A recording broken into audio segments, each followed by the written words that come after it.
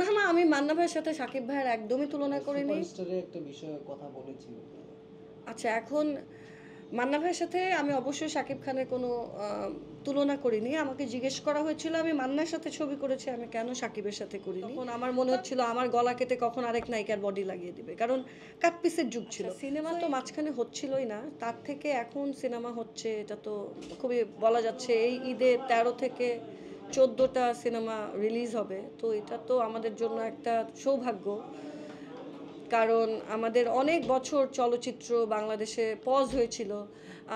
Sensor বোর্ডে cinema যাচ্ছিল না সেন্সরের জন্য, বা আমি যখন কাজ শুরু করি তখন আমার মনে হচ্ছিল আমার গলা কেটে কখন আরেক নায়িকার বডি লাগিয়ে দিবে, কারণ কাটপিসের যুগ ছিল। সো এই সব বাধা বিপত্তি অতিক্রম করে এখন বাংলাদেশে সিনেমা হচ্ছে, ১৪টা সিনেমা এবার রিলিজ হবে। এটা আমাদের জন্য একটা আনন্দের ব্যাপার। সিনেমা আসছে, হল বাড়ছে, নানান ধরনের সিনেমা হবে। আর এখন যেহেতু 35 ক্যামেরাই একমাত্র কন্ডিশন না সিনেমা বানানোর। ডিজিটাল ক্যামেরায় আপনি যেই ক্যামেরা দিয়ে আমাকে শ্যুট করছেন এটা দিয়েও সিনেমা সম্ভব। আমার হাতে যে ফোনটা এটা দিয়েও সিনেমা বানানো সম্ভব। তো সিনেমা বানানো এখন আগের থেকে অনেক সহজ হয়ে গিয়েছে।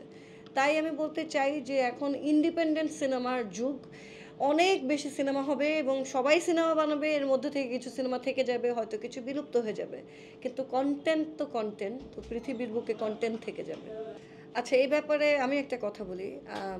কারোরই মানে কোনো মানুষের পার্সোনাল জিনিস যদি আপনি ব্যবহার করেন, এটা একদমই উচিত তার পারমিশন নেয়া। তিনি যদি না থাকেন তার পরিবারের পারমিশন নেয়া।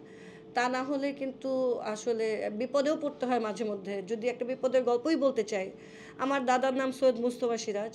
ওনার গল্প অবলম্বন করে মুরাদ পারভেজ সিনেমা বানিয়েছেন ২ টি। ১ম সিনেমায় তিনি ভালোই বানিয়েছেন, ২য় সিনেমায় তিনি জাতীয় চলচ্চিত্র পুরস্কার পেয়েছিলেন। কিন্তু তার সেই পুরস্কার কিন্তু ফেরত নিয়ে যাওয়া হয়েছে। কারণ তিনি পারমিশন নেননি পরিবারের থেকে। তো এগুলো তো রিস্কেরও বিষয়। একজনের জাতীয় পুরস্কার দেওয়ার পরে ফেরত নিয়ে নেবে, এটা তো একটা অসম্মানজনক ব্যাপার। সো আমার মতে আমি দেখছি যে মান্না ভাইয়ের ওয়াইফ এটা নিয়ে প্রতিবাদ করছেন যে কেন এটা ব্যবহার করা হলো। তো মান্না ভাই যেহেতু নাই এবং ওনার ওয়াইফ আসলে আ এটার দাবিদার যে তার হাসব্যান্ডকে তিনি কিভাবে দেখতে চান। হ্যাঁ, অবশ্যই মান্না ভাই একজন লেজেন্ড ছিলেন। উনি একা তার ওয়াইফের নয়। তার সিনেমা সারাক্ষণ আমরা সবাই দেখি। কিন্তু তারপরেও যেহেতু উনি বেঁচে আছেন, পৃথিবীতে আছেন এবং বাংলাদেশেই আছেন, উনাকে জিজ্ঞেস করা উচিত ছিল।